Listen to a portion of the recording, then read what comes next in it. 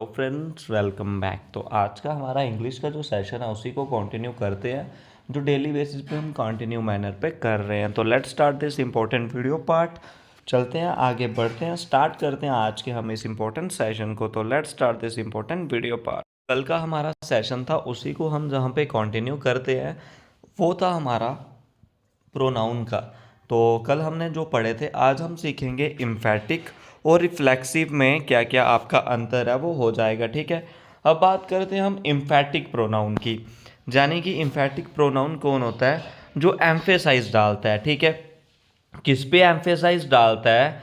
यानी कि जो एक्शन हुआ है वो किसके द्वारा किया गया है?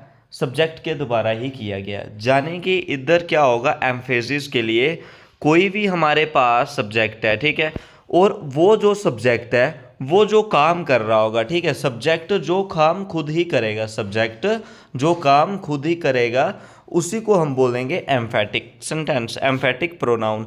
जैसे जहाँ पे ही हम बात करें डूअर एंड रिसीवर, जहाँ पे सेम नहीं होगा, लेकिन बात करें जो इम्फेटिक प्रोनाउन होते हैं, इम्फेटिक प्रोनाउन होते हैं, इम्फेटिक प्रोनाउन आपस में एडजेक्टिव जहाँ तो एडवर्ब बनता है। ठीक है, तो जहाँ पे आप देख सकते हो आई सा माई सेल्फ, ठीक है, तो जहाँ पे क्या आ जाएगा, आई सा माई सेल्फ, जहाँ पे सही इसका हो जाएगा। तो जहाँ पे क्या हो गया, माई सेल्फ है, तो माई सेल्फ जहाँ पे रिफ्लेक्सिव हो जाएगा। ठीक है, reflexive pronoun. I my self सा यू, ठीक है, जहाँ पे क्या लिखा गया, आई माई सेल्फ सा यू, यानी कि मेन वर्ब से पहले आए, जो मेन वर्ब से पहले आए वो हो जाती है एम्फेटिक, जो मेन वर्ब के बाद आती है वो हो जाती है रिफ्लेक्सिव। ठीक है, ये आपने कुछ याद रखना है। और जाने कि हम इसके लिए कुछ और इंपॉर्टेंट, जो रिफ्लेक्सिव होता है, रिफ्लेक्सिव आती है आफ्टर दी मेन वर्ब, जो मेन वर्ब के बाद आए वो हो जाती है रिफ्लेक्सिव। और इम्फेटिव कौन सी होती है? जो बिफोर मेन वर्ब आए, जो मेन वर्ब से पहले आए वो हो जाती है इम्फेटिक।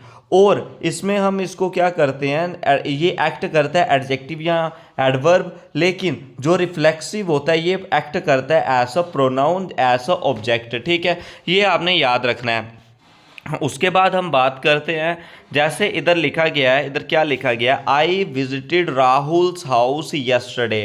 तो विजिट हो गया वर्ब, जा रहा कौन है, राहुल, वो हो गया आई, आई हो जाएगा हमारे पास सब्जेक्ट। तो राहुल हाउस लिखा है, राहुल जहां पे हाउस है जो राहुल क्या है, यानी कि इस हाउस को पोजेस कौन करता है, राहुल करता है। तो पोजेशन केस बन जाएगा नाउन का, ऑब्जेक्ट हो जाएगा हाउस, और यस्टरडे हो जाएगा एडवर्ब। ठीक है, यस्टरडे किसको डिस्कस कर रहा है हमारे पास, यस्टरडे डिस्कस कर रहा है विजिटेड को। ठीक है, यस्टरडे किसको कर रहा है, विजिटेड को। तो विजिटेड क्या हो जाएगा हमारे पास, विजिटेड हो जाएगा हमारे पास वर्ब हो जाएगी। ठीक है, विजिटेड क्या हो जाएगा, जो वर्ब है, इसी के लिए यस्टरडे हमारे पास आ रहा है, तो इसलिए क्या हो जाएगा, इसका एडवर्ब ऑफ टाइम हो जाएगा। ठीक है, नेक्स्ट आप देख सकते हो क्या आ जाएगा, Rajesh repaired himself his car. तो राजेश ने क्या करा, रिपेयर करी, रिपेयर करा यानी कि वर्ब हो गई, इस वर्ब को करा, ये राजेश आ गया, और करा क्या, हिमसेल्फ। तो जहां पे क्या आता है, मेन वर्ब के बाद आए, ठीक है, आफ्टर दी जो मेन वर्ब है, मेन वर्ब के बाद आएगा तो ये क्या बन जाएगा हमारे पास, रिफ्लेक्सिव बन जाएगा। ठीक है, तो ये आपने याद रखना है, जाने कि Rajesh repaired his car himself. ठीक है, रिफ्लेक्सिव बनाने के लिए क्या बन जाएगा, Rajesh repaired his car himself, object बन जाएगा। लेकिन अगर इसी को हमने क्या बनाना पड़ेगा, एम्फेटिक, तो Rajesh himself repaired his car. अगर हम इसको ऑब्जेक्ट बनाएंगे, मेन वर्ब के बाद लिखेंगे तो रिफ्लेक्स बनेगा, अगर मेन वर्ब से पहले लिखेंगे तो ये एम्फेटिक प्रोनाउन बनेगा, इसको आपने याद रखना है। ठीक है, नेक्स्ट ही सेम लिखा गया, Monica prepared herself breakfast for the whole family. तो देखिए मोनिका हरसेल्फ आ जाएगा, Monica herself prepared breakfast for the whole family. अगर इसको ये एम्फेटिक बन गया, नहीं तो ऐसे होता, Monica prepare breakfast for the whole family herself. तो यहाँ पे क्या बन जाता, ये रिफ्लेक्सिव बन जाता, यहाँ पे ये ऑब्जेक्ट बन जाता। ठीक है, ये आपने याद रखना है। डिस्ट्रीब्यूटिव प्रोनाउन, तो डिस्ट्रीब्यूटिव प्रोनाउन में क्या आ जाता है, ईच, आइदर, नाइदर, ये आपने याद रखना है, ठीक है। जो ईच, आइदर या नाइदर, इनके बाद जो भी प्रोनाउन आता है, ईच, आइदर, नाइदर के बाद जो भी प्रोनाउन आता है, ईच, आइदर, नाइदर के बाद जो भी हमारे पास नाउन आता है वो प्लूरल आता है, और जो वर्ब आती है वो सिंगुलर आती है। ये आपने याद रखना है, नाउन क्या आता है प्लूरल, और वर्ब क्या आती है सिंगुलर आती है हमारी ईच, आइदर और नाइदर के केस के बाद, ठीक है। जैसे हम बात करते हैं, हमारे पास जो ऑफ होता है, ऑफ प्रीपोजिशन हमें दो चीज़ों के बारे में सिखाती है, एक तो पोजेशन के बारे में, एक तो सिलेक्शन के बारे में। तो जहाँ पे ही हम बात करते हैं, जो हमारे पास आ जाएगा ईच ऑफ द बॉयज़, ठीक है। तो ईच के बाद हमें पता है जो हमारे पास सिंगुलर क्या आता है, हमने पीछे रूल पढ़ा, नाउन आता है प्लूरल, तो बॉयज़ क्या हो जाएंगे जहाँ पे पास प्लूरल हो गए, वर्ब आती है सिंगुलर, हैव का हो जाएगा हैज़, सबमिटेड देयर, देयर की जगह आ जाएगा हिज असाइनमेंट, ठीक है। ये आपने याद रखना है। और कुछ इंपॉर्टेंट पॉइंट, जो ईच होता है, ईच हमेशा दो या दो से ज़्यादा, जब भी हमारे पास किसी बात या किसी पर्सन का जिक्र किया हो वहाँ पे हमारे पास ईच लगता है। आइदर कब लगता है, दो में से एक। नाइदर कब लगता है, दो में से एक भी नहीं।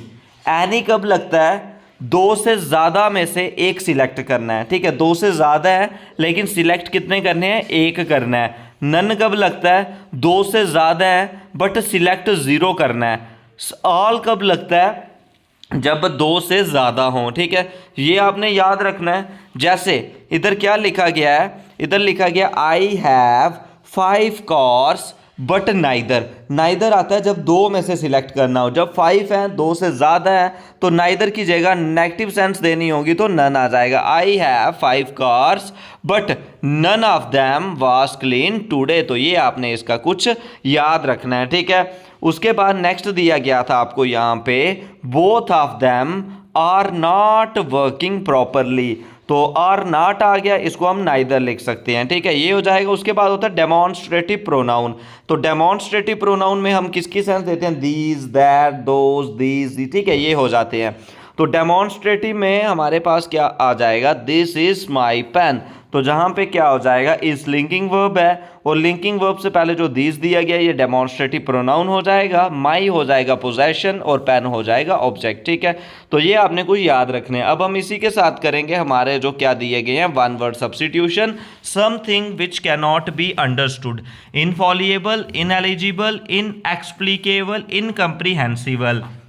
तो ये आपने इसका बताना है। तो ये आपके लिए काफ़ी इंपॉर्टेंट इसका हो जाएगा, जो हमारा प्रैक्टिस सेट है। इसका सही answer option number D, incomprehensible.